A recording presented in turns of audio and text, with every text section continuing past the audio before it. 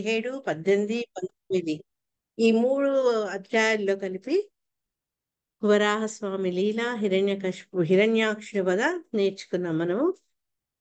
అయితే ఈ 19వ చాప్టర్లో ఆ హిరణ్యాక్షుని ఆ స్వామి ఏ రకంగా వధించారు, ఆ తర్వాత భగవంతుని యొక్క విశిష్టత, ఈ ఈ యొక్క లీలను విన్న వాళ్ళు ఏ రకంగా దాన్ని లబ్ధి పొందుతారు అంటే ఫలశ్రుతి, అవన్నీ ఈ 19వ అధ్యాయంలో వచ్చాయన్నమాట.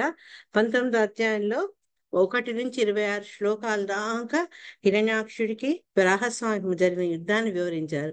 ఒకసారి పై చేయి హిరణ్యాక్షుడైతే, ఒకసారి భగవంతుడైతే, ఆ తర్వాత తన ఓటమి అంగీకరించలేక తన గద తీసుకోమని భగవంతుడు ఆఫర్ చేసినా కూడా అతను ఆ గదను తీసుకోకుండా మాయాజాలం ప్రదర్శించడము, తర్వాత మాయాజాలం ఎప్పుడైతే సుదర్శన చక్రాలను ప్రయోగించడం ద్వారా విఫలమవుతుందో అప్పుడు మళ్ళా భగవంతుడి ముందు ప్రత్యక్షమై, వరాహస్వామి ముందు ప్రత్యక్షమై అతను తన చేతుల్లో బంధించి అతన్ని చూర్ణం చేయాలనుకున్న సంకల్పంలో మళ్ళా అక్కడ కూడా భంగపడిపోతాడు అనమాట. ఇవన్నీ చూసి ఇంకా ఆఖరికి భగవంతుడు ఆడిన ఆటలు చాలే అని చెప్పేసి వచ్చిన పని చేద్దామని అని ఆ చక్రాన్ని ఈ హిరణ్యాక్షుడి మీదకి ప్రయోగిస్తారనమాట. ఆ సమయంలో ఆ దితిదేవిలో కలిగిన మార్పులు ఏంటి, తర్వాత ఆమెకి ఎందుకు భగవంతుడి దయ వల్ల తన కుమారుడు యువ చేతిలో కాకుండా సాక్షాత్ ఆ భగవంతుడి చేతిలో మరణించబోతున్నాడు అని ఆ భర్త చెప్పిన మాటలు గుర్తుకు రావడం, ఇవన్నీ కూడా మనం తలుచుకున్నాం. తర్వాత హిరణ్యాక్షుడి గురించి ఎప్పుడైతే హిరణ్యాక్షుడిని వధించారో అప్పుడు బ్రహ్మాది దేవతలు వచ్చి వరాహస్వామిని ఏ రకంగా ప్రార్థించారు, ఆయన యొక్క దేహాన్ని ఎందుకు ఆది వరాహం అంటూ శ్లాఘించి అది యజ్ఞకర్త అయినటువంటి స్వామిని ఎందుకు నొక్కి చెప్పారు, అవన్నీ మనం తెలుసుకున్నాము. 33 నుంచి 36లో భగవంతుని యొక్క వివిధ లీలలు, లీలల గురించి చర్చించడం జరిగింది. ఆఖరి 2 శ్లోకాలు 37, 38 మటుకు ఫలశ్రుతి. ఈ ఈ ఈ లీలలు వినడం ద్వారా మనము పొందబోయేది ఏంటి అనేది చెప్పడం జరుగుతుంది. సో నిన్న 34 శ్లోకాల దాకా నేర్చుకున్నాము. నేను ఒకసారి వెనుకకు వెళ్ళను ఎక్కువ. ఇప్పుడు ముందు ఈ 35, 36, 37, 38 చదివేసినాక ఇంకా సమయం ఉంటే 33, 34లో మీతో చర్చించాల్సిన కొన్ని విషయాలని అవి చర్చిస్తాం. ఎందుకంటే మనకి సమయం లేదు రికార్డింగ్కి, అందుకని 35 డైరెక్ట్ వెళ్ళిపోతున్నా నేను. యోగచేంద్రం విషగ్రస్తం ధ్యాయంతం చరణాంబుజం క్రోశంతీనా కరేణూనాం కృచ్ఛ్రతో మోచయుద్ధృతం. హరే కృష్ణ.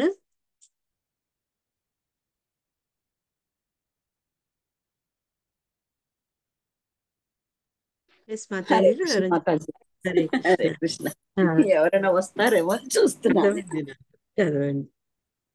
యోగజేంద్రం వృషగ్రస్తం ధ్యాయంతం చరణాంబుజం క్రోశంతీనాం కరేణూనాం కృచ్ఛ్రతో మోచయుద్ధృతం.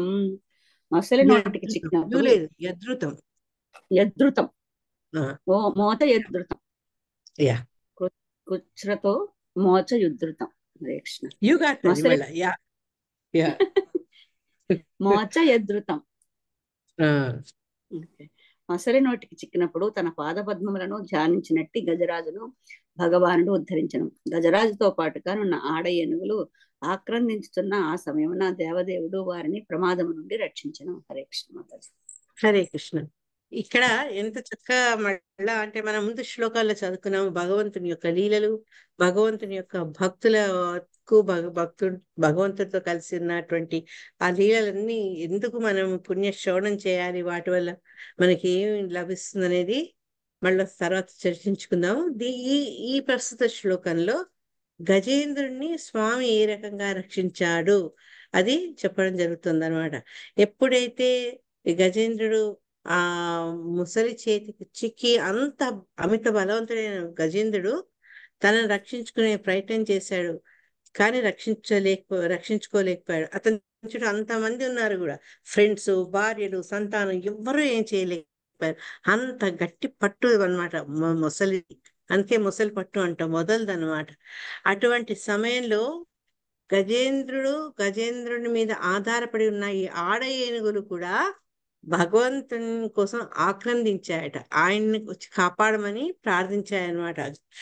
అప్పుడు భగవంతుడు ఏం చేశాడంటే వచ్చి గజరాజునే కాదు, గజరాజుతో పాటున్న ఈ ఆడ ఏనుగుల్ని కూడా ఉద్ధరించారు అని చెప్తున్నారు అనమాట. వాళ్ళందరినీ ఆ ప్రమాదం నుంచి తప్పించాడని చెప్తూ శిలా ప్రభుపాద గారు ఒక చక్కటి వాక్యం ఇక్కడ వాడారనమాట. అంటే ఎప్పుడైతే ప్రమాదంలో చిక్కాడో గజరాజు, గజేంద్రుడు తన పూర్వజన్మ ఆ చేసినటువంటి ఆ పూజలు, ఆ పూజలకు ఎవరైతే కారకుడో అవన్నీ ఆయన గుర్తు తెచ్చుకొని భగవంతుని ప్రార్థించడం మొదలు పెడతాడు.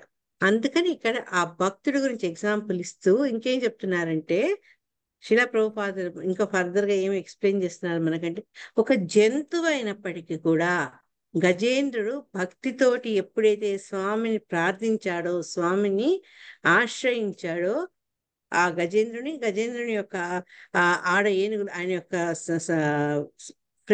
ఆయనకు సంబంధించిన సంబంధికులందరినీ కూడా స్వామి కాపాడాడు. కానీ ఎవరైతే భక్తుడు కాదో, అతను ఈ దేవతా పురుషుడు గాని, గొప్ప వ్యక్తులు గాని, వాళ్లను భగవంతుడు సమీపించాడు. ఎందుకంటే వాళ్ళు భగవంతుని పిలవరు. వాళ్ళ యొక్క ఆ ఆ గొప్పతనం వల్ల భగవంతుడికి వాళ్ళు ఇప్పుడు శరణు పొందరు, దాస్యం చేయలేరు అనమాట. అందువల్ల అటువంటి వాళ్ళను స్వామి సమీపించాడు. జంతువైన అధమమైన జంతువులైనా అందుకుంటారు, కానీ తనను ఆశ్రయించిన వాడిని స్వామి చేయరు అనమాట. అట్లే వీళ్ళు కూడా భగవంతుడి చేరలేరు. ఇక్కడ రెండు కదా, భగవంతుడిని ఆ మొసలికి ఇటు మోక్షం దొరికింది, గజేంద్రుడికి మోక్షం దొరికింది. కానీ ఎవరైతే భగవంతుని ఆశ్రయించారో వాళ్ళు పరమపురుషుని చేరరు, పరమపురుషుడు కూడా వాళ్ళను కాపాడాడు. వైస్ వర్స్ అనమాట, దదాతి ప్రతిగృహ్ణాతి. 36వ శ్లోకంలో తం సుఖరాజ్యం పృథివీర్ అనన్య శరణైర్నుభిః కృతజ్ఞ కోన సేవేత దురారాధ్యం అసాధుభిః. హరే కృష్ణ. హరే కృష్ణ మాతాజీ. హరే కృష్ణ. హరే సన్యాసి. కృష్ణ. తం సుఖారాజ్య మృజుభిర్ అనన్యా శరణైర్భుభిః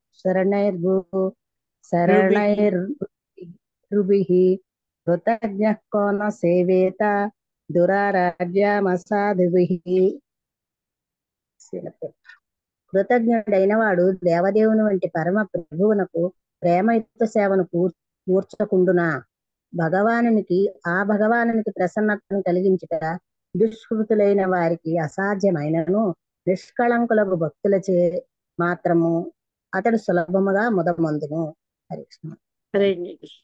ఇక్కడ రెండు రకాల వాళ్ళ గురించి చర్చిస్తున్నారు ఈ శ్లోకంలో.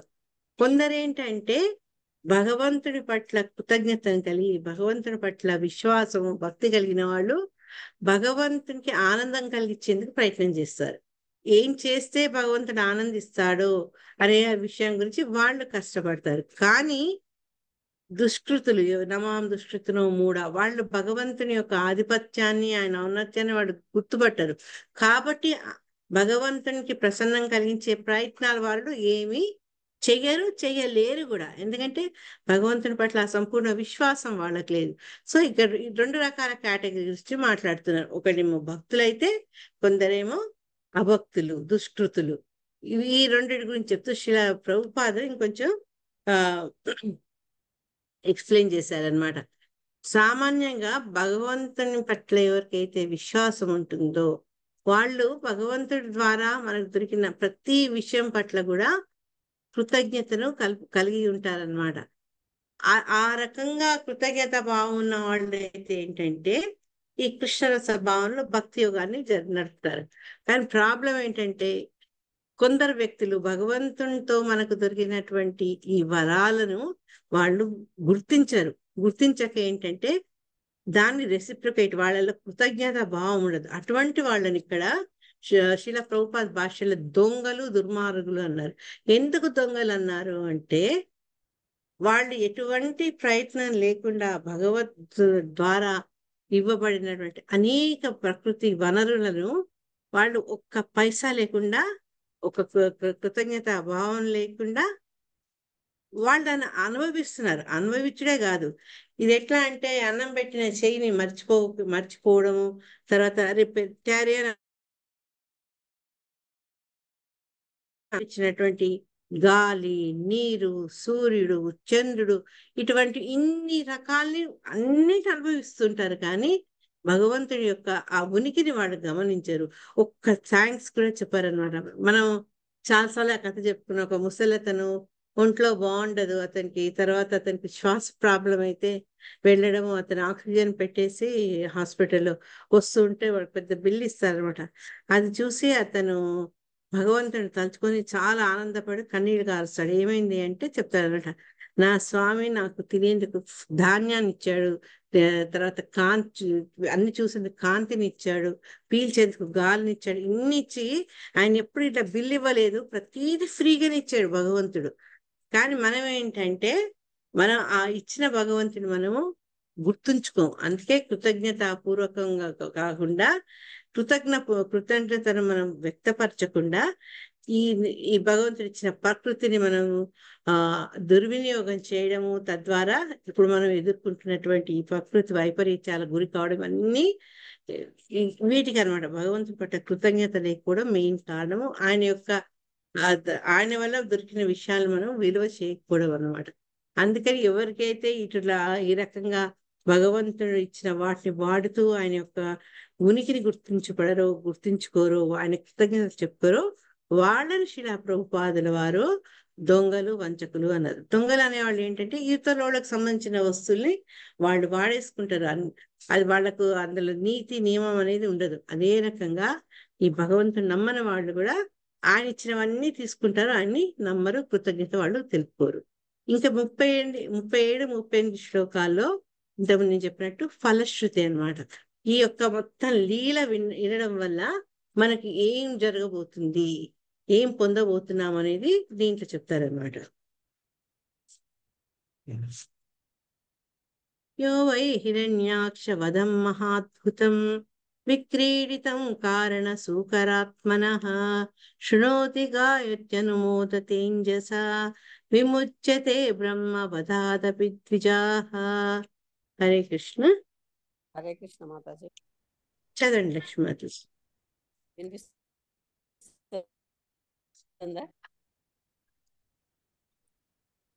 యో వై హిరణ్యాక్షవదం మహాద్భుతం విక్రీడితం కారణ సూకరాత్మనః శృణోతి గాయత్యనుమోదతే జషా విముచ్యతే బ్రహ్మవధాదపి ద్విజాః.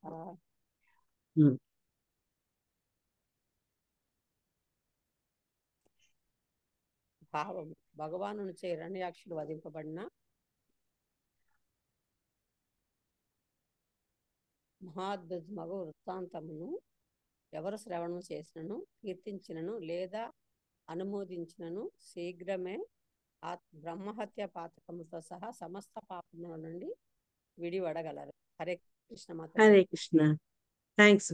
అంటే భగవంతుడి లీలలు వింటే తద్వారా మనకి ఏమవుతుంది అనే దానికి ఒక శాంపుల్ డోస్ అన్నమాట. మన వల్ల జరిగే తెలిసి తెలియక జరిగే అన్ని పాపాల నుంచి కూడా శీఘ్రమే, వెంటనే మనకు విముక్తి లభిస్తుంది అన్నమాట. ఇంట్లో చదువుతున్నాం కదా ఇది బ్రహ్మ సంహితలో, యస్త్రింద్ర గోపమతవే నమోస్వ కర్మ దాంట్లో ఏమన్నారు, ఏంటంత శ్లోక సరిగ్గా రావట్లేదు, గుర్తు రావట్లేదు. యస్త్రింద్ర గోపమతవే నమోస్వ కర్మ బంధానురూప ఫలపాచన మాతనోతి కర్మాణి నిర్ధారిత ఇంత భక్తి బాధ. అంటే జస్ట్ నిప్పురవలో పత్తి కనుక ఏ రకంగా నిమిషంలో దగ్ధమవుతుందో, భగవంతుని గురించి, భగవంతుని లీలల గురించి విని ఆనందించడం, ఇదనమాట. 3 చెప్పారు. ఒకటి వినడము, ఒకటి కీర్తించడము, అనుమోదించడం అంటే ఆనందించడం. ఈ 3 అనమాట. మనం వింటే కూడా మనకు ఆ ఫలం దక్కుతుంది. తర్వాత భగవంతుడు ఆ లీలలు విని అది కీర్తిస్తూ మనం ఇంకెవరికన్నా పంచుకుంటే దాంతో కూడా మనకు ఫలితం లభిస్తుంది. సరే, ఇవన్నీ కాకుండా మనమే దాన్ని ఆ లీలలు విని తలుచుకుంటూ మళ్ళా ఆనందాన్ని పొందుతున్నాం అనుకోండి,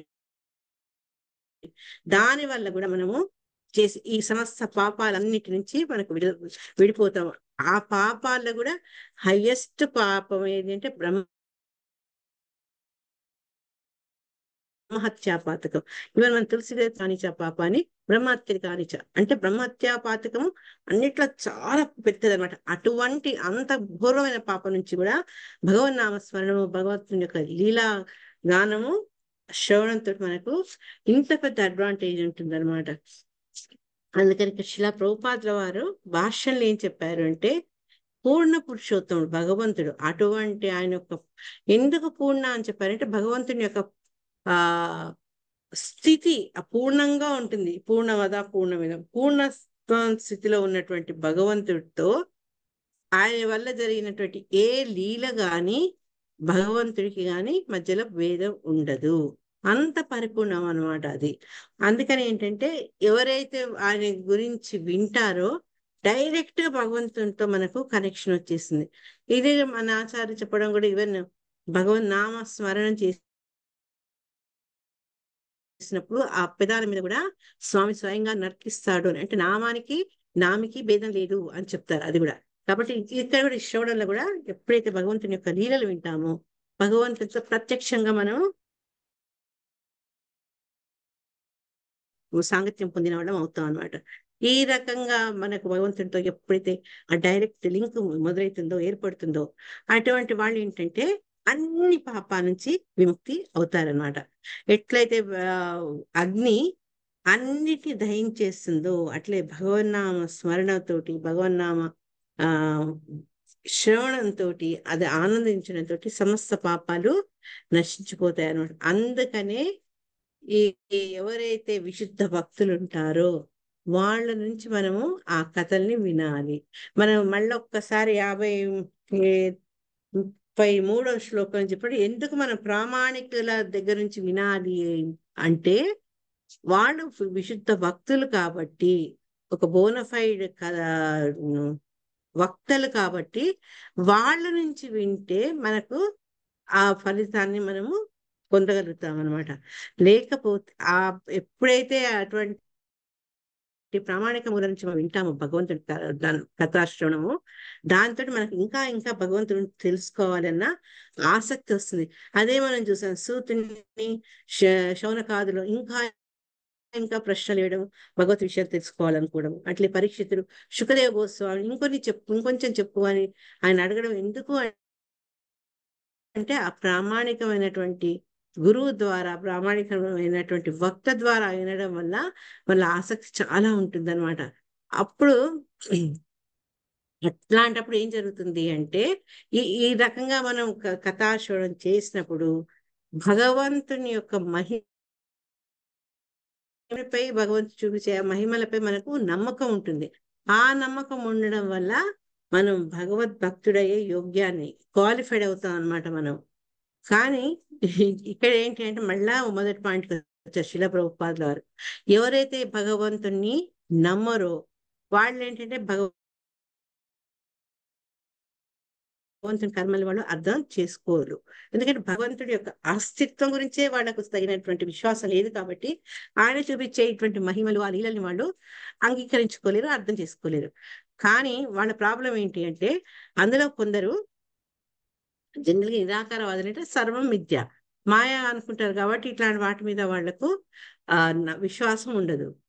దాంట్లో కొందరు ఏంటంటే ఓహో నేను భగవంతుని కథలు వీటి గురించి మాట్లాడితే నేను దాని ద్వారా నేను ధనాన్ని ఆర్జించవచ్చు అన్న కోరిక వల్ల భగవంతుడి పట్ల నమ్మకం ఉండదు, విశ్వాసం ఉండదు ఆయన లీలల పట్ల. కానీ ఈ భాగవతాన్ని వాళ్ళు ఎందుకు చెప్తారంటే ఆ భాగవత కథలు ఎందుకు చేస్తారు అంటే ధన లాభం కోసం, ధనార్జన కోసం వాళ్ళు భాగవతం చదువుతారు, భాగవతం మీద మాట్లాడడం కూడా జరుగుతారు.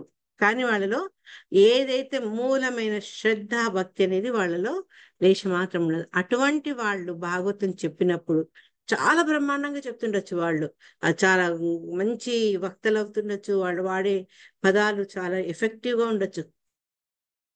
కానీ శిలా ప్రభుపాద వారు ఏం చెప్పారంటే అటువంటి వాళ్ళ నుంచి మనం శ్రవణము చేయకూడదు అని చెప్తూ భగవంతుని కథను ఉన్నది ఉన్నట్టుగా యథాతథంగా ఒక పరంపర ద్వారా ఒక భక్తుడి ద్వారా వింటేనే మనం ఆ శ్రవణానికి తగినటువంటి సార్థకత, అంటే కృష్ణ లీలల్ని, భగవంతుని యొక్క నామరూప గుణ విశేషాన్ని మనము ఆస్వాదిస్తాం అన్నమాట. ఎందుకంటే అక్కడ మెయిన్ ఇంగ్రీడియంట్ ఏం మిస్ అయింది మాయవాదులు చెప్పడంలో? భక్తి అనేది మిస్ అయిపోయింది. ఆ భక్తి లేకపోవడం వల్ల మనం అదే వింటూ ఉంటే మనకు తెలియకుండానే ఒక స్లో పాయిజన్ లాగా పనిచేస్తుంది. అందుకే శిలా ప్రభుపాద వారు ఆ శ్లోకంలో కూడా ఏం చెప్పారంటే మాయావాది ద్వారా వినకూడదు అని చెప్తూ దానికి ఒక చక్కటి ఉదాహరణ ఇచ్చారు. ఎవరికైనా గుర్తుందా? అది నేను మనం క్లాస్ లో అనుకున్నాం, దగ్గరకు వస్తుంది, అందుకే హరే కృష్ణ ఒకసారి ఫ్లాష్ మాతాజీ, బ్యాక్ అవుతుంది. అమ్మా హరే కృష్ణ మాతాజీ. పాము ముట్టిన పాల లెక్క అని చెప్పారు మాతాజీ. పర్ఫెక్ట్ మాతాజీ, పర్ఫెక్ట్, బాగా చెప్పారు. అది ప్రామాణిక గురువు నుంచి భక్తుడి నుంచి శ్రవణం చేస్తే మనం ఆ కృష్ణ లీలను ఆస్వాదిస్తాం చెప్తూ శిలా ప్రభుపాద గారు 33వ శ్లోకాలు ఏం చెప్పారంటే సనాతన గోస్వామి చెప్పారనమాట. అభక్తుల నుంచి భగవత్తుని యొక్క విషయాలను, భగవత్ రూపాన్ని తెలుసుకునే ప్రయత్నం చేయకూడదు అని చెప్పారు. దానికి శిలా ప్రభుపాదుల వారు ఏం చేశారంటే, శిలా ప్రభుపాదుల వారు చాలా విశ్వాసం ఏంటంటే ప్రామాణికత, అంటే ఏదైనా బోనఫైడ్. అందుకని ఆయన ఒక చక్కటి ప్రామాణికమైనటువంటి శ్లోకాన్ని మనకి చెప్తూ ఏదైతే ఇప్పుడు సరోజమాత చెప్పారో పాము ముట్టిందని చెప్పాం కదా, దాని గురించి చెప్పారనమాట. దాంట్లో 1 సెకండ్, అంతకంటే ముందు ఏం చెప్పారంటే రెండు విషయాలు చెప్పారు. ఒకటేమో చైతన్య లీలలో ఏం చెప్తారంటే యహా భాగవత పాద వైష్ణవేర స్థానే, అంటే నువ్వు శ్రీమద్ భాగవతాన్ని అర్థం చేసుకోవాలి అంటే నువ్వు ఎవరైతే ఈ ఆత్మజ్ఞానం పొందినటువంటి వైష్ణవులు ఉంటారో వాళ్ళను సేవించి వాళ్ళ ద్వారా వినాలి. అది ఫస్ట్ కండిషన్. సెకండ్ కండిషన్ ఏంటంటే అవైష్ణవుల ద్వారా మనం వినకూడదు. అది ఇప్పుడు చెప్పారు కదా, దానికి శ్లోకం ఏం చెప్పారంటే పద్మపురాణంలో వస్తుంది మనకు. అది అవైష్ణవ ముఖోద్గీర్ణం భూతాన్ హరికథామృతం శ్రవణం నైవ కర్తవ్యం సర్పోచిష్టం యథాపాయ. నేను మనం చదువుకున్నట్టు ఏంటంటే మనము అవైష్ణవ దగ్గర నుంచి కృష్ణ కథను మనము వినకూడదు. ఎందుకంటే పాము ముట్టిన క్షీరం లాంటిది, ఆ పాములో ఉండే ఆ విష ప్రభావం ఆ క్షీరానికి కూడా వస్తుంది. కాబట్టి ఎవరైతే అభక్తుడు కృష్ణుడి గురించి మాట్లాడతాడో అది కూడా మనకు విషప్రాయమే అని చెప్పారు. అంటే ఒక సరి అయిన భక్త నుంచి వినడము, బోనఫైడ్ భక్త నుంచి వినడం ఎందుకు ఇంపార్టెంట్ అంటే ఇందుకు మనకు సరి అయినటువంటి ప్రయోజనం పొందాలి, మనం చేసిన శ్రవణానికి తగిన ఆనందాన్ని పొందాలి అంటే అది కేవలం భక్తుల ద్వారానే పొందొచ్చు. దీనికి చిన్న ఉదాహరణ చెప్తాను నేను. ఎప్పుడు చాలా చిన్నప్పుడు మాయావాదులు రాసిన ట్రాన్స్లేషన్ లో భగవద్గీతలో కృష్ణుడి గురించి వచ్చినప్పుడు మన దగ్గర ఏమని రాస్తారు? శిలా ప్రభుపాద గారు దేవాది దేవుడు భగవాన్ అని రాస్తారు. వాళ్ళు కృష్ణ సమ్ బిలీవ్స్ ఈజ్ భగవాన్, some believes is a god. అంటే వాళ్ళు ఆ రాసిన కామెంటేటర్ కి అతను కన్విన్స్ కాదు కృష్ణుడు అంటే భగవానుడు అన్న విషయం అతనికి ఆమోదం కాదు. అందుకని ఆ పక్కన కొందరు దేవుడు అనుకుంటారు కృష్ణుని అని ఆ రకమైనటువంటి కామెంట్లు చేశారనమాట. అందుకే శిలా ప్రభుపాదుల వారు ఆయన యొక్క అనుచరులు ఏం చెప్తారు, మనం చదవాల్సింది Srila Prabhupad Bhagavad Gita as it is, యథాతథం. ఎందుకంటే అది ఏ రకంగా మనకు అందించాలో ఆ భగవత్ జ్ఞానాన్ని అదే రకంగా మనకు అందించారు ఆ వైష్ణవులు. కాబట్టి అటువంటి వినాలి. ఇదొక చిన్న శాంపుల్ అనమాట నేను చెప్పింది. కాబట్టి అట్లా అవైష్ణవుల నుంచి వింటే పాము ముట్టినటువంటి క్షీరం లాంటిది. కాబట్టి మనం వాళ్ళ నుంచి శ్రవణం చేయకూడదు అని చెప్తూ ఈ బోనఫైడ్ అంటే ప్రామాణికమైనటువంటి గురువుల నుంచి, వైష్ణవుల నుంచి, భక్తుల నుంచి మాత్రమే మనం శ్రవణం చేయాలి. అప్పుడే మనము ఆ లీలని ఆస్వాదిస్తాం. ఎందుకంటే ఇటువంటి లీలని అనాదిగా భక్తులు ఆనందిస్తారు. శుకదేవ్ గోస్వామి ఆయన జస్ట్ ఆ 2 శ్లోకాలు విని ఎందుకు తన మార్గం మన్నించుకొని మళ్ళా తండ్రి దగ్గరకు వచ్చేసి మొత్తం భాగవతాన్ని ఆయన నేర్చుకున్నారు అంటే భగవంతుని కృష్ణ లీలలు ఎంత గొప్ప పండితులైనా కూడా ఆకర్షిస్తాయి ఎప్పుడు భక్తితోటి దాన్ని అనుసంధానం చేసినప్పుడు అనమాట. లేకపోతే అది మన మీద విషప్రయోగం లాగా. ఎవరి ద్వారా వినకూడదో అది వింటే మనకు విషంలాగా పనిచేస్తుంది. ఇంత గొప్ప భాగవత కథ, అంత గొప్ప భగవంతుని యొక్క లీలలు కూడా మన మీద వేరుగా ప్రభావం చూపించే అవకాశాలు ఉన్నాయన్నమాట. 38వ శ్లోక, ఆఖరి శ్లోక. పుణ్యం ఫలం పవిత్రం ధన్యం యశస్వం పదమాయురాశిషాం ప్రాణేంద్రియాణాం ఇది శౌర్యవర్ధనం నారాయణోంతే గతిరంగ శృణ్వతాం. మళ్ళొక్కసారి. ఏతన్మహాపుణ్యమలం పవిత్రం ధన్యం యశస్యం పదమాయురాశిషాం ప్రాణేంద్రియాణాం ఇది శౌర్యవర్ధనం నారాయణోంతే గతిరంగ శృణ్వతాం. హరే కృష్ణ. హరే కృష్ణ మాతాజీ. చదవాలా మాతాజీ? హరే కృష్ణ. చదవండి నాగరాజు, చదవండి. హరే కృష్ణ. Thank you. ఏతన్మహాపుణ్యఫలం పవిత్రం ధన్యం యశస్సం పదమాయురాశిషాం ప్రాణేంద్రియాణాం యుధి శౌర్యవర్ధనం నారాయణోంతే గతిరంగ శృణ్వతాం. మాతాజీ కొంచెం పైకన్నారా? హరే కృష్ణ. హరే కృష్ణ. హరే కృష్ణ. మాతాజీ పైకి వెళ్తుంది భాష. Thank you Mataji. హరే కృష్ణ. పరమ పవిత్రమైన ఈ చరితము విశేషమగు పుణ్యమును ధనమును యశస్సును ఆయువును అభీష్టములను ఒసగగలదు. యుద్ధరంగమున ఇది ప్రాణేంద్రియ కర్మేంద్రియ శౌర్యమును వృద్ధి చేయగలదు. ఓ శౌనక, జీవితపు చివరి క్షణమున దీన్ని శ్రవణం చేయువాడు నారాయణ దివ్యధామమును చేరగలడు. హరే కృష్ణ. హరి బోల్. Thank you Mataji. హరే కృష్ణ.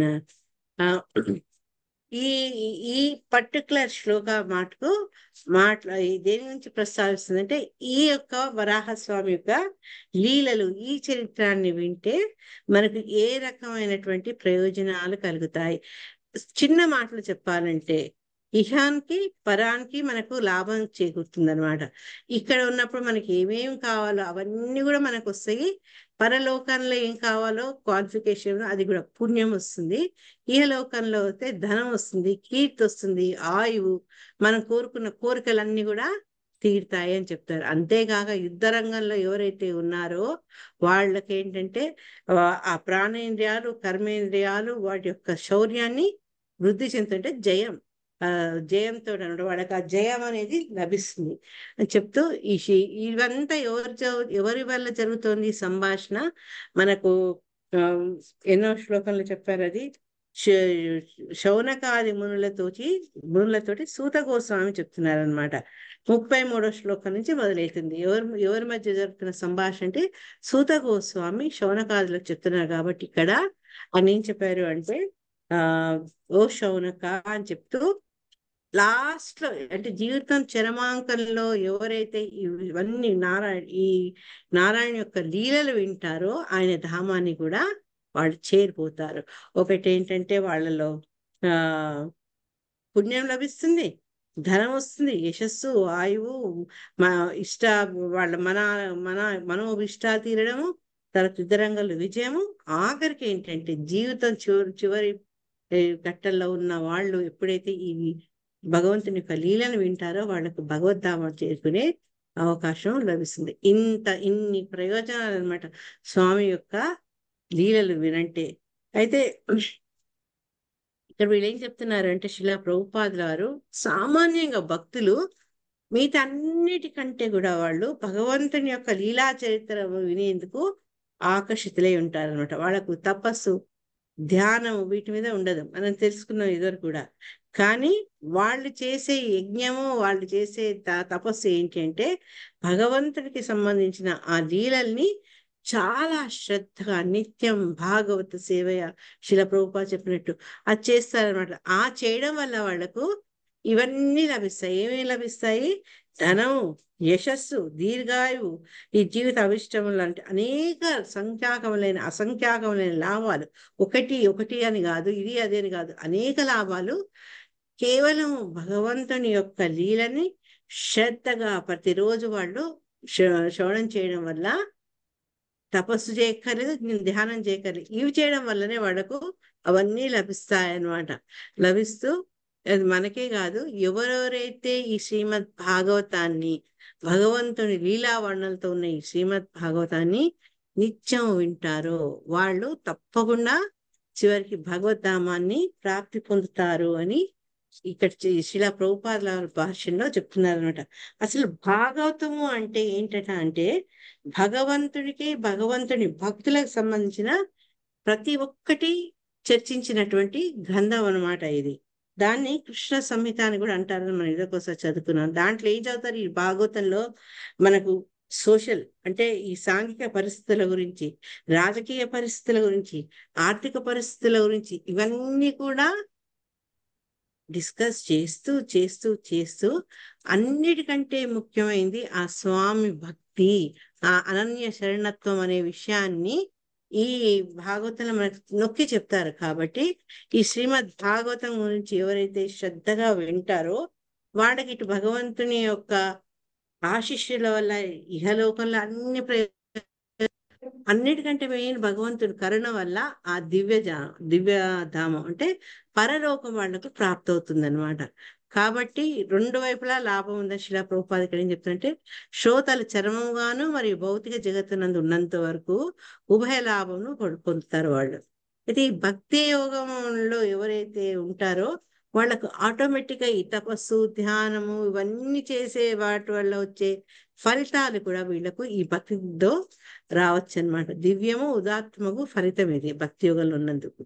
కొంచెం సమయాన్ని గనక మనం కేటాయిస్తే ఆ సమయాన్ని కూడా ఎట్లా కేటాయించాలంటే సరి అయిన మూలం, ప్రామాణిక మూలం నుంచి కనుక మన భాగవతాన్ని వింటే దానివల్ల మన భక్తి యోగం అనేది మనలో అణగారినటువంటి ఆ భక్తి యోగం మొలకెత్తి ఆ అంకురం కాస్త పెద్దగా అవుతుంది అనమాట. దానికి ఏమేం చేయాలి అంటే దాన్ని మనకు శిలా ప్రభుపాదుల వారు చైతన్య మహాప్రభు ఇచ్చినటువంటి ఆ పంచాంగ పద్ధతి గురించి చెప్పారనమాట. దాంట్లో ఏమన్నారంటే భక్తుల్ని సేవించడము, మహామంత్రాన్ని జపించడం, హరికృష్ణ మహామంత్రం, భాగవత శ్రవణము, శ్రీ విగ్రహారాధనము, తీర్థక్షేత్రవాసం, ఇవి 5 భక్తి యొక్క అంగాలు, పంచాంగాలు అనమాట. దాన్ని చేసుకుంటే మనం ఉండే ఈ భౌతిక జీవితంలో ఉండే ఈ ప్రాబ్లమ్స్ నుంచి, ఈ దుర్భర స్థితి నుంచి మనము బయటపడవచ్చు. ఈ పంచాంగ భక్తి మనల్ని ఇటు నుంచి బయటకు వచ్చేందుకు ఉపయోగపడుతుంది. ఆ శ్లోకం ఏంటంటే చైతన్య చరితామృతంలో మధ్య భాగంలో 22.129 శ్లోక, 22వ చాప్టర్ 129 శ్లోక. సకల సాధన సృష్టేత ఏ పంచాంగ కృష్ణ ప్రేమ జన్మాయ ఏ పంచేర అల్పసంగ. అంటే ఈ 5 అంగాలు అన్నిటికంటే ఉత్తమమైన చెప్పారు. చైతన్య మహాప్రభు సనాతన గోస్వామికి ఇస్తున్నప్పుడు ఈ పంచాంగం గురించి చెప్తారన్నమాట. పంచాంగం అంటే సామాన్యంగా మనం తిరిగేసే పంచాంగం కాదు అని చెప్తూ ఈ 5 అంగాల్లో ఏదన్నా మనం కొంచెం చేసినప్పటికీ కూడా మనలో ఈ కృష్ణ ప్రేమ అనేది జాగరూకత పొందుతుంది. అందుకని భక్తి సాధనలో మనకు ఈ 5 అంగాల్ని పాటించాలి అని చెప్తూ చైతన్య మహాప్రభు వారు కూడా ఉపదేశించారు. శిలా ప్రభుపాద మన ధ్యానానికి అది తీసుకొచ్చారనమాట. కాబట్టి ఏంటంటే రోజు భాగవతాన్ని చదవాలి. ఫస్ట్ ముందు భక్తుల్ని సేవించాలి. ఎందుకంటే భగవంతుడు తనను సేవించడం కంటే తన భక్తుల్ని సేవిస్తానని ఆనందిస్తారు. కాబట్టి ముందు భక్తుల్ని సేవించాలి, వైష్ణవుల్ని సేవించాలి, తర్వాత రోజు మహామంత్రాన్ని జపించాలి. ఇవి చేస్తూ నేను వాళ్ళని సేవ చేస్తున్నాను, చాంటింగ్ చేసుకుంటున్నా అనే లాభం లేదు, అంత తాగద్దు. భాగవతాన్ని కూడా ఇంతో అంత కొంత అన్న రోజు వినాలి లేకుంటే చదవాలి. ఇవి చేస్తూ మనకు భగవంతుడికి మనకు మధ్య ఉండే ఆ ప్రేమ సంబంధాన్ని గట్టి చేసేందుకు శ్రీ విగ్రహారాధన మన యథాశక్తిగా శ్రీమూర్తిని పెట్టుకుని ఇంట్లో ఆ శ్రీమూర్తి అర్చన చేయడం వల్ల భగవంతుడి మనకు సామీప్యత పెరిగేందుకు అవకాశం. ఇవన్నీ అయినాక ఇంకేం చేయాలంటే తీర్థాలను దర్శించాలి. ఎందుకు తీర్థాలను దర్శించాలి? మనం మళ్ళా మొదటి కంటలు కూడా నేర్చుకున్నాం. అని ఆ తీర్థాలు ఎలా అంటే ఒక పిక్నిక్ లాగా కాకుండా ఆ తీర్థాలను దర్శిస్తూ ఆ తీర్థంలో ఉన్నటువంటి భక్తుల ద్వారా, సన్యాసుల ద్వారా తీర్థం యొక్క గొప్పదనాన్ని తెలుసుకుంటూ భగవంతుడు చరించిన ప్రతి స్థలము, భగవంతుడికి సంబంధించిన ప్రతి స్థలం కూడా తీర్థంగా భావించి దాన్ని మనం వెళ్ళి తద్వారా మనలో ఉండే భక్తి ఇంకొంచెం పెంచుకునేందుకు ప్రయత్నం చేయడం. సో ఈ 5 భక్తి యోగ అంగాలు, పంచాంగాలు అన్నమాట. దాన్ని చేస్తే మనం క్రమంగా ఈ భౌతిక జీవనంలో ఉండే ఈ దురవస్థ నుంచి బయటపడేందుకు అవకాశం ఉంది. ఇన్ని కలిస్తే మనల్ని పైకి లాగుతాను. ఈ జీవితం అనే సుడిగుండంలో ఉన్న మనలాంటి వాళ్ళకి బయటకు వచ్చేందుకు ఇవే అన్నమాట మార్గం. పంచాంగ భక్తి పాటించడం. హరే కృష్ణ. సో ఇప్పటితోటి శ్రీమద్ భాగవతంలోని హిరణ్యాక్షుని సంహారమును తృతీయ స్కందంలోని 19వ అధ్యాయమునకు భక్తి వేదాంత స్వామి భాష్యం సమాప్తం. ఈ రకంగా మనం 19వ అధ్యాయాన్ని పూర్తి చేసుకున్నాం. ఇంకా కొంచెం టైం ఉంది కాబట్టి ఒక్కసారి 33, 34 శ్లోకాల్లో నాకు ఇంకొంచెం మీతో చర్చించాలనండి. మొన్న నిన్న చెప్పా కదా, ఇంకేదో చెప్దాం అనుకున్నా, ఇంకేదో దీనికి కూడా చెప్దాం శ్లోక అనుకున్నాను. ఉంది కదా, సాధు సంఘ అది శ్లోక ఉంది కదా, నంబర్ గుర్తు రావట్లేదు. రసరాణి వినపడట్లేదు నాకు. మాతాజీ దీనికి కూడా ఒక శ్లోక ఉంది కదా మనకి, పంచాంగ కూడా సాధు సంఘ నామకీర్తన భాగవత శ్రవణ శ్లోక ఉంది, నెంబర్ గుర్తు రావట్లేదు నాకు. ఇది మటుకు దీంట్లో ఇది చెప్పారనమాట చైతన్య మహాప్రభుది. యా మాత, చైతన్య చరితామృతంలోనే సనాతన గోస్వామికి చెప్పేది దీనికి ముందే వస్తుంది మాత, జస్ట్ 2-3 శ్లోకాలు ముందే వస్తుంది. దానికంటే ముందుదే ఉంది. 22:128 యా సాధు సంఘ నామకీర్తన భాగవత శ్రవణ మధురావాస శ్రీమూర్తిర శ్రద్ధాయ సేవన. ఇవే అన్నమాట దీంట్లో సాధు సంఘానికి అంత ఇంపార్టెన్స్ ఉంది కాబట్టి ఏమన్నారు చైతన్య మహాప్రభు, సాధు సంఘ సర్వశాస్త్రప్రియ లవమాత్రే సాధు సంఘ సర్వసిద్ధి. అంత అంటే ఈ వైష్ణవ ఒక అసోసియేషన్ అంత ముఖ్యం. తర్వాత నామకీర్తన, అది మనకు ఈ కలియుగంలో అన్నిట్లో బెస్ట్ మెథడ్. భగవంతుని మనను ఆనందింపజేయాలంటే, భగవంతుని మనం పొందాలంటే మనకు నామకీర్తన కావాలి. భాగవత శ్రవణ అయితే శ్రీమద్ భాగవతాన్ని వినడము, లీలా శ్రవణం మనకు చాలా ముఖ్యం. ఎందుకంటే అది తర్వాత మధురావాసం అన్నారు కదా అని మధురనే అనకాదు, భగవంతుడికి సంబంధించిన ఎనీ క్షేత్రాన్ని కూడా మనం దర్శించవచ్చు. లాస్ట్ శ్రీమూర్తిర శ్రద్ధయా సేవ, శ్రీమూర్తిని మనం శ్రద్ధగా సేవించడం. ఇవన్నమాట ఈ 5 పంచాంగాలు. థ్యాంక్స్ అసరాన్ని రిమైండ్ చేసినందుకు. తెంపుకుంటే చేతుల్లో పట్టుకున్నావా, కింద పెట్టినావా? సరోజ మాతాజీ మీరు కూడా ఏదో చెప్తున్నారు అనుకున్నా నేను. లేదు, సరే. మ్యూట్ లో మాతాజీ, మ్యూట్ లోకి వెళ్ళండి సరోజ మాతాజీ. ఓకే. సో ఇంతమంది చెప్పుకున్నట్టు మనము ప్రామాణికమైన గురువు నుంచి వినాలి, భగవంతునిపై శ్రద్ధ ఉన్న వాళ్ళ గురించి వినాలి అని.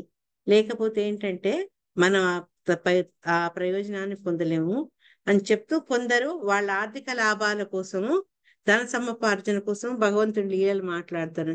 దీనికి ఒక ఉదాహరణ శిలా ప్రభుపాద వారు చెప్తారు. ఒక కథకుడు, అతను చక్కగా భగవంతుడి లీలలు బాగా వర్ణిస్తుంటాడు.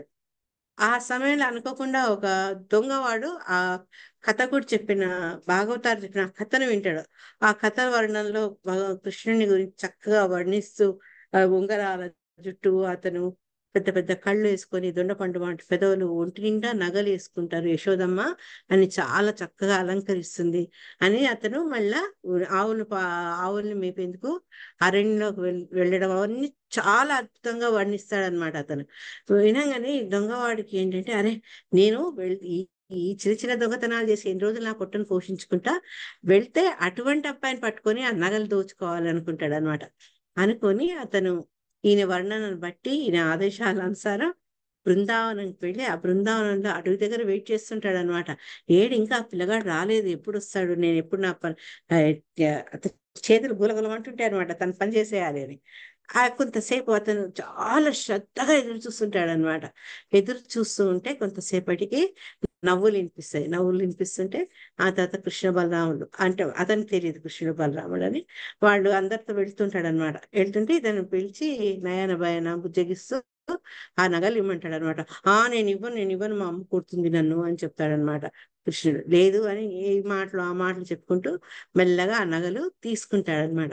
తీసుకొని సరే ఇప్పుడు ఈ నగలు దొంగతనం చేసిండు, కానీ ఈ నగలు ఎక్కడున్నాయో చెప్పిన ఆ కథకుడి దగ్గరికి వెళ్ళాలి, ఆయనకు షేర్ ఇవ్వాలనుకుంటాడు. అంటే దొంగల్లో కూడా హానెస్టీ ఉంటుందని మళ్ళీ శిల ప్రభుపాద ఒకసారి చెప్పినట్టు అవన్నీ తీసుకొని వెళ్ళి ఆ భాగవతుడి ఇంటి తలుపు కొడతాడనమాట.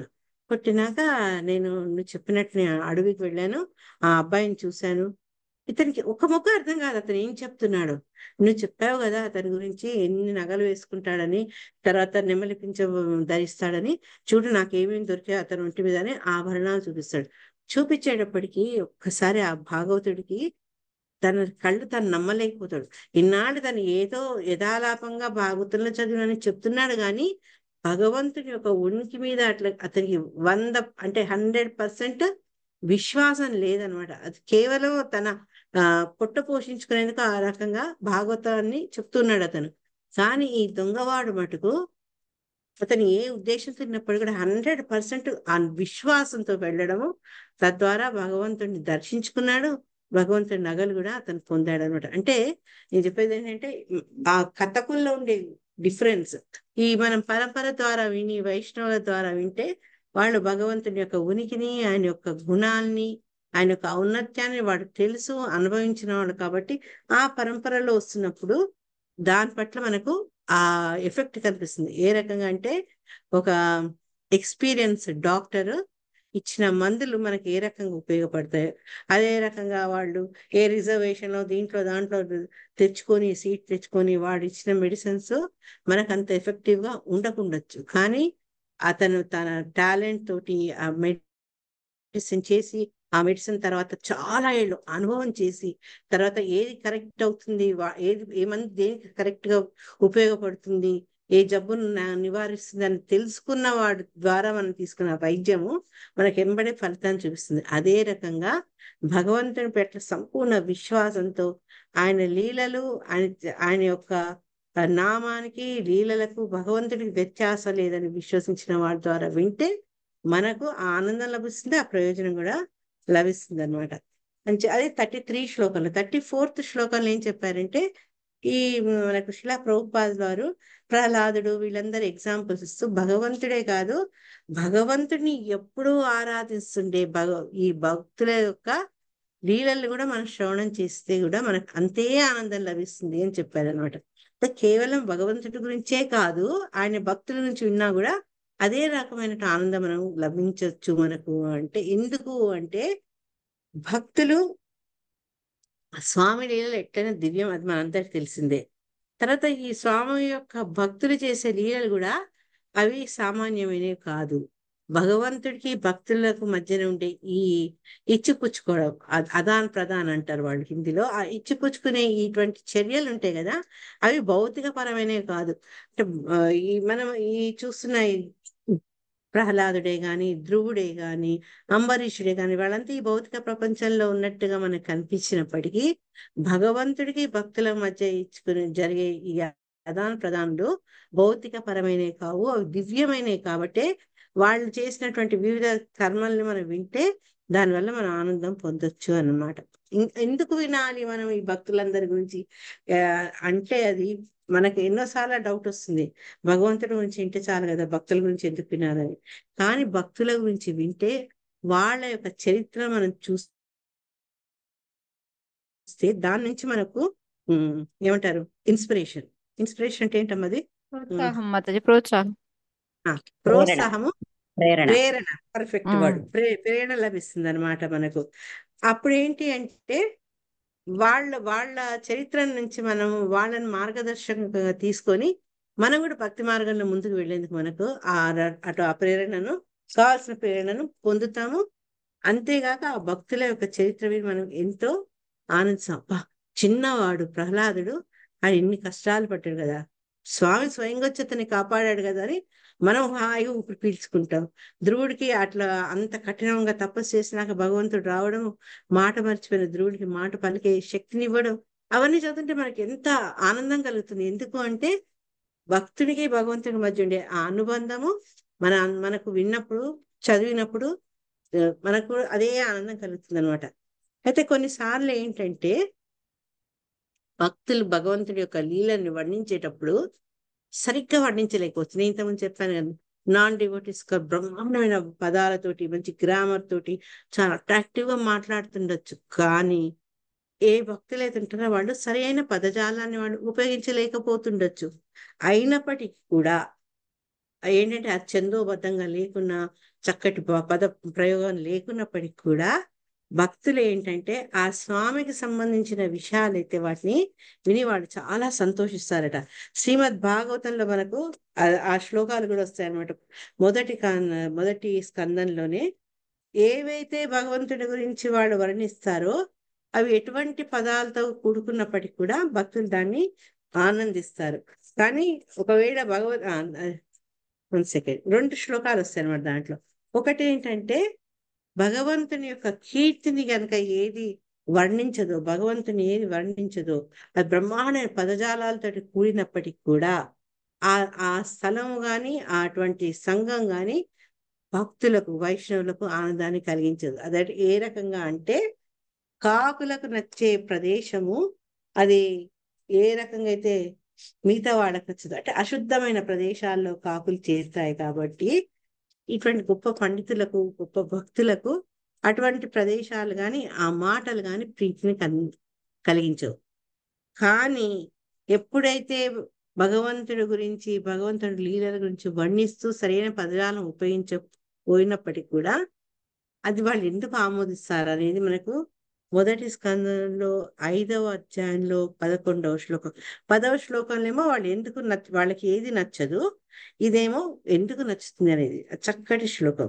తద్వా విసర్గో జనతాగ విప్లవో యస్మిన్ ప్రతి శ్లోకమబద్ధవత్యపి నామాని అనంతస్య యశో అంకితాని యత్ శృణ్వంతి గాయంతి గృణంతి సాధవః.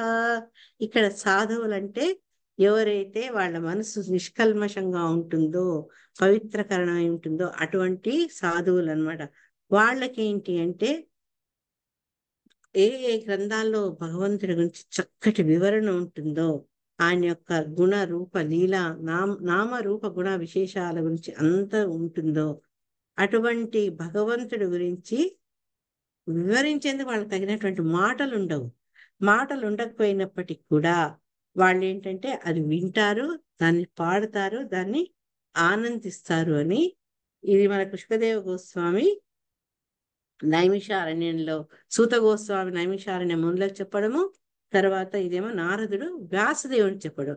ఈ రెండిట్లో ఏంటంటే మన ఏ విషయాలైతే భక్తుల్ని ఆకర్షిస్తాయో, ఏ విషయాలు భక్తుల్ని ఆకర్షించవు అనే విషయాన్ని తెలియజెప్పే శ్లోకాలు. అది మీతో ఒకసారి గుర్తు చేసుకో. అంతే ఇంకా అయిపోయింది, టైం కూడా అయిపోయింది.